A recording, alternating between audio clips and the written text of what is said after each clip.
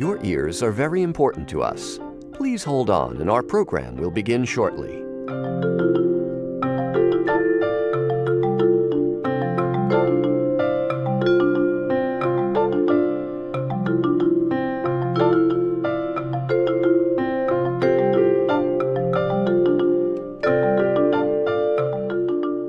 The Soundcheck podcast is coming up. Please continue to hold.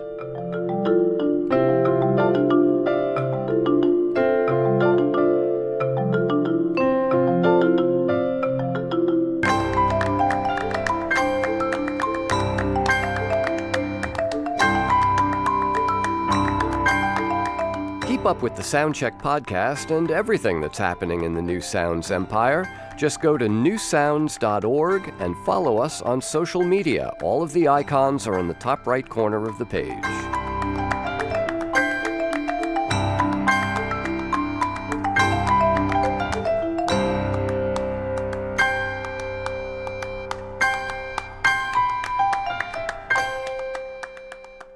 All of our other musicians are currently playing for other customers. Please stay with us, and someone will play for you in just a moment.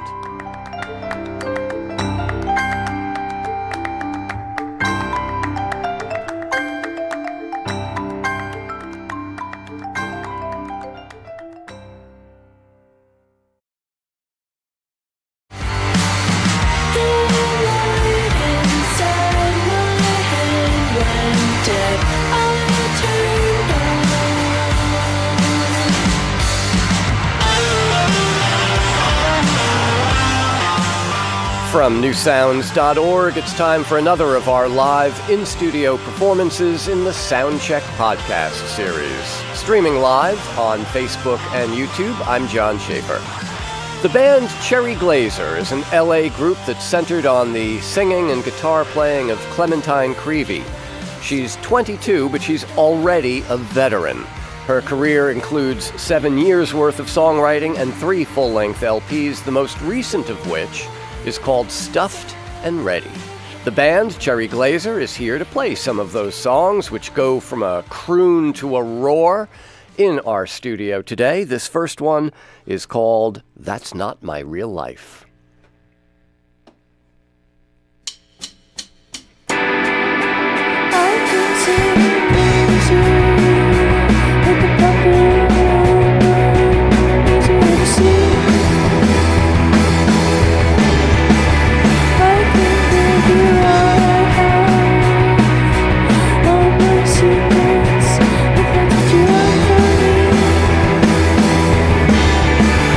I will do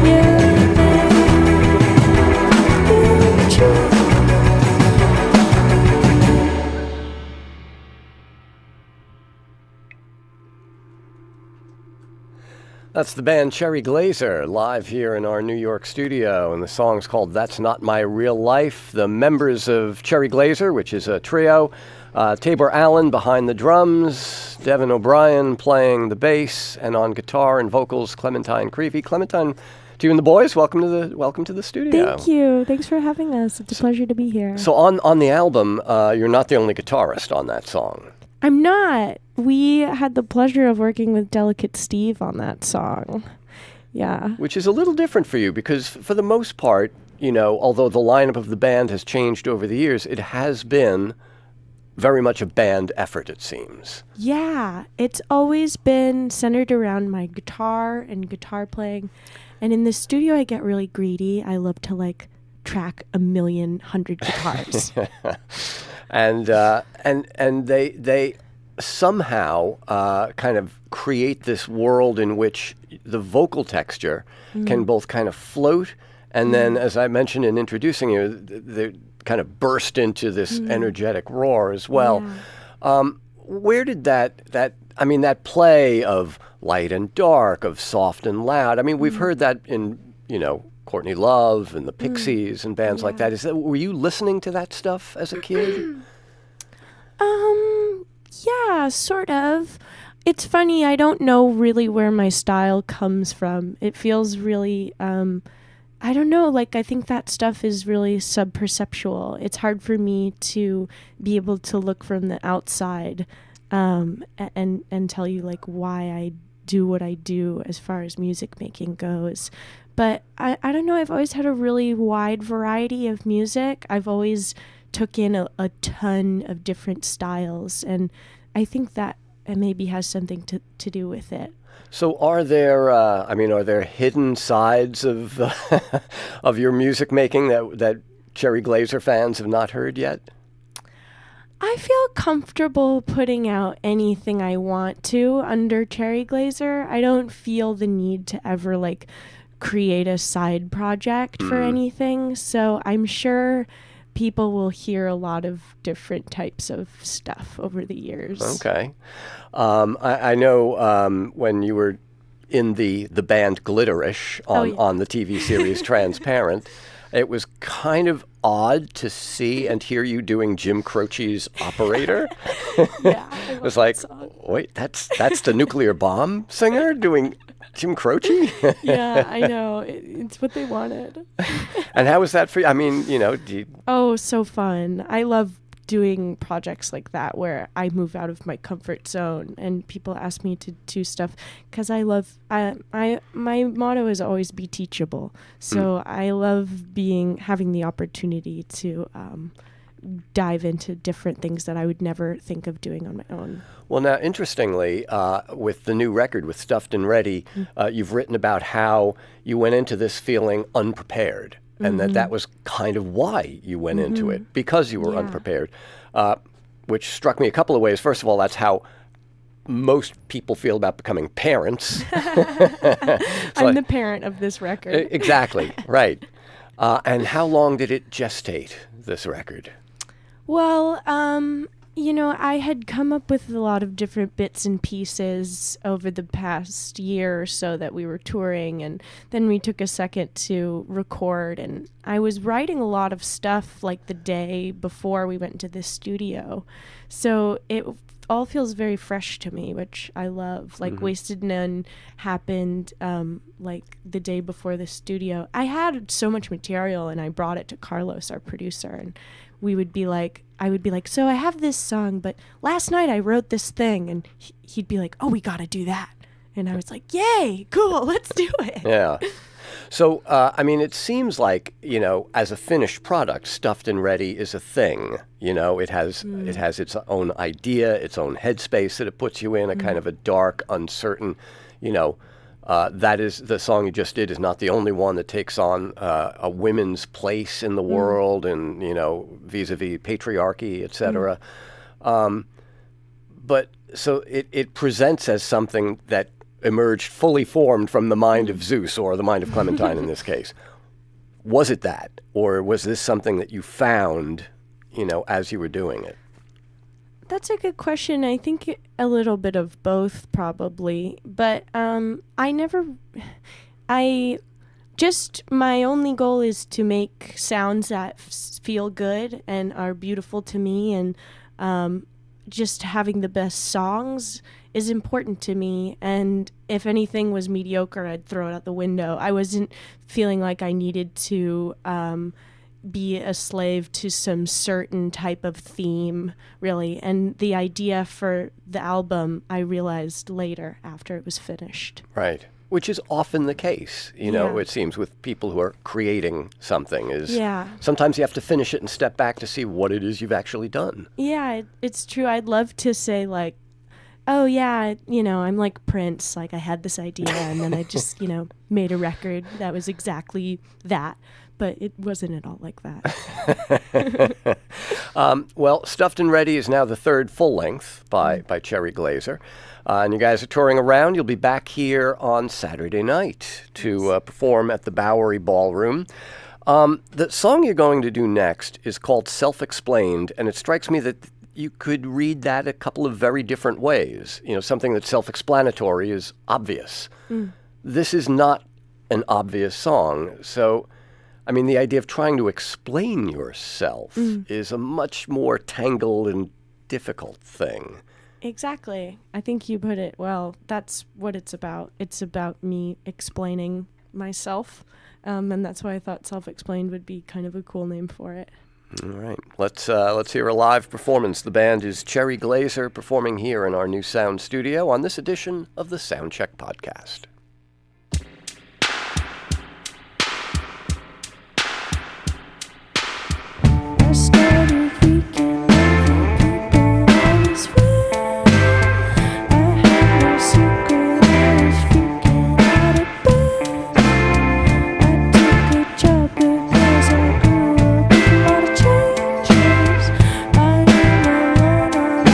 See this as my weakness. I am embarrassed.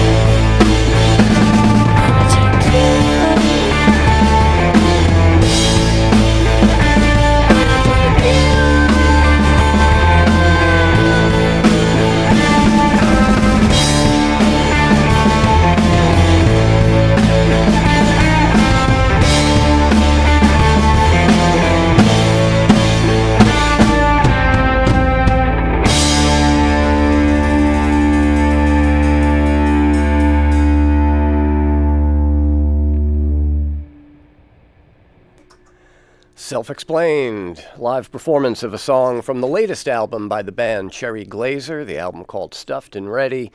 And so Clementine, this, I mentioned before, it's been 7 years, 3 LPs, so you were like a young teenager when you started writing songs. Yeah. What got you going in that direction? And was it guitar at first, or?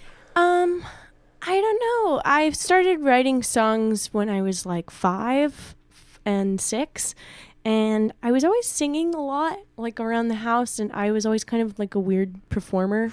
And then I was a music head. I was like that kid that like every year for Christmas, like you get like, and everyone, the only thing anybody knows about you is that like you're into music, so you get like 150 like music things, like guitar keychains and like books on drums and stuff. So that was just, I don't know, I've just always gravitated towards rhythm and melody, and then when I was like 10, my uncle gave me my first guitar, and then I started taking lessons, and I picked up the electric. My stepdad gave me an electric guitar when I was 12, and like I totally got into it. I was listening to a lot of like funk and rock, and then Cherry Glazer started just about a year after that. Wow. Yeah. So, or a few years after that. So rumors of the death of guitar-based rock had not reached you in your little bedroom there in Chicago or wherever it was. I don't know. I guess I didn't really care much. Yeah. Or like maybe I think a revival had already started. And yeah. Well, I mean, pronouncements of that sort are ridiculous anyway. Yeah, it doesn't matter like what your medium is. Yeah. And there's still a lot of, Stravinsky once said there's a lot of great music still to be written in C major. And, of course. There's still a lot of stuff to mine from the 6 strings of the guitar. Totally. Early last year, while you guys were on the road, you tweeted about like running into sexism, not just, as a front woman. I mean, we're used to that, but, your front of house person is a woman and stuff like that. Has that changed at all in the last year? I mean, it's certainly... It's been in the news a lot. Yeah. I don't know. It's hard to tell, really, with stuff like that.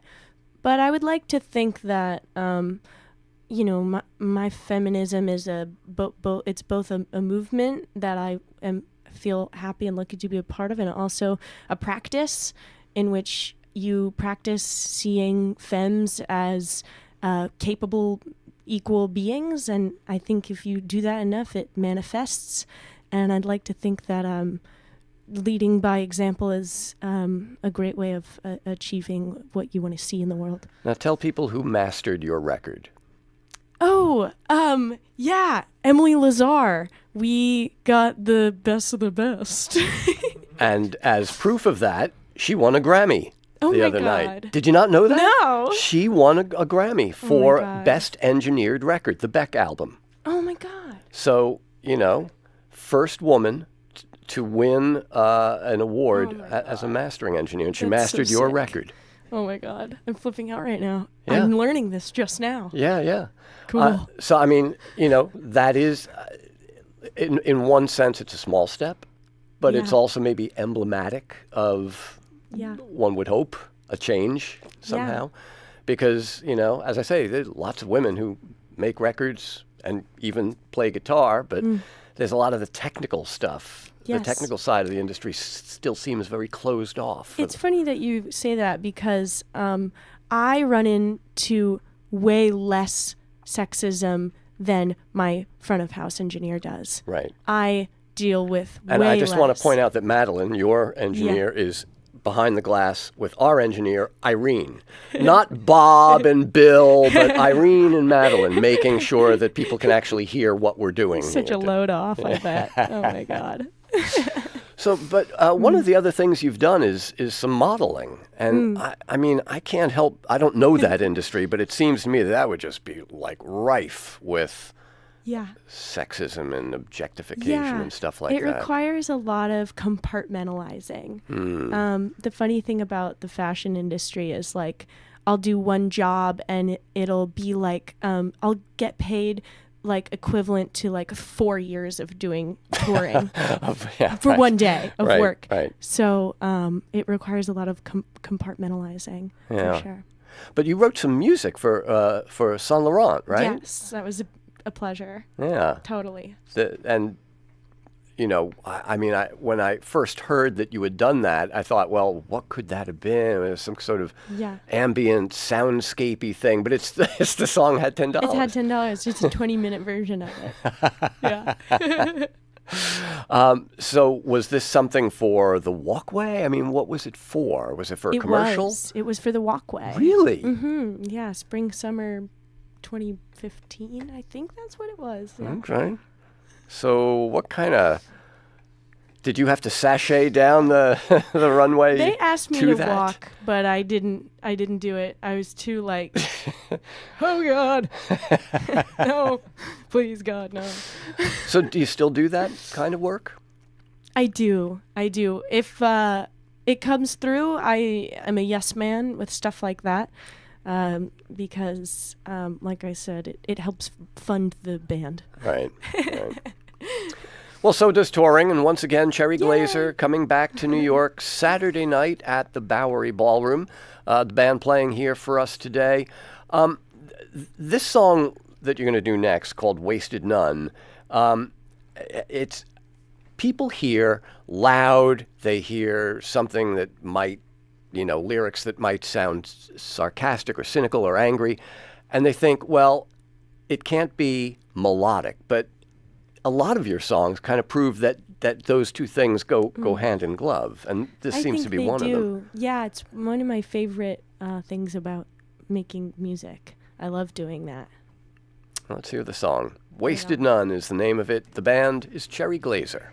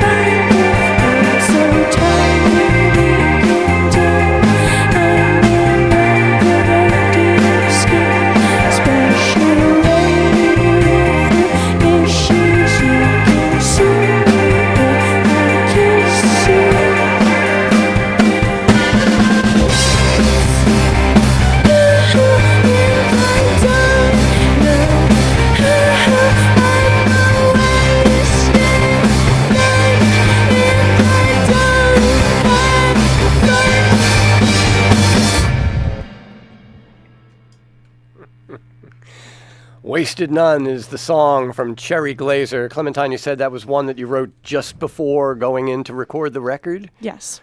So it just like that one really just did emerge kind of fully formed, it sounds like. It did. That's got to be such a weird feeling. Suddenly, one day there's no song, and the next day there's a song. It is the weirdest feeling in the world. My biggest fear in life is that I'll never write another song again.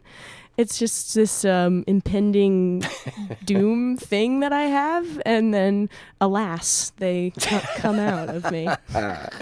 So, a question from one of your fans watching online wants to know if you guys are going to record Habit. Oh, we did. Oh my gosh. I love that the fans love that one. It's a live song that we just only play live and jam it, but we do have a version. We might re-record it. Yeah, we'll put it out. Eventually. For sure. Eventually, yes. Okay. So the song you started us off with today, That's Not My Real Life. Does this feel like your real life when you're, out on the road with the guys playing the songs? Yes, more than anything else in the world. That song is related to social media and an online presence, and how that's not reality, and how we can confuse it with reality. But there are lots of people who say, well, the life of the touring musician, including many touring musicians who say that's not real life, that you're in a bubble and that, real life is what... I don't feel that way. Okay. I don't feel that way at all. I think playing music every night is one of the greatest things I could ever be doing with my life. And I feel eternally lucky and grateful to be able to do that. It feels more real to me than anything else. Well, we're really glad that you were able to do that for us here today. Guys, thank you so much. Thank you so much. Congratulations on the new record. Thank you. Stuffed and Ready is the latest from the band Cherry Glazer.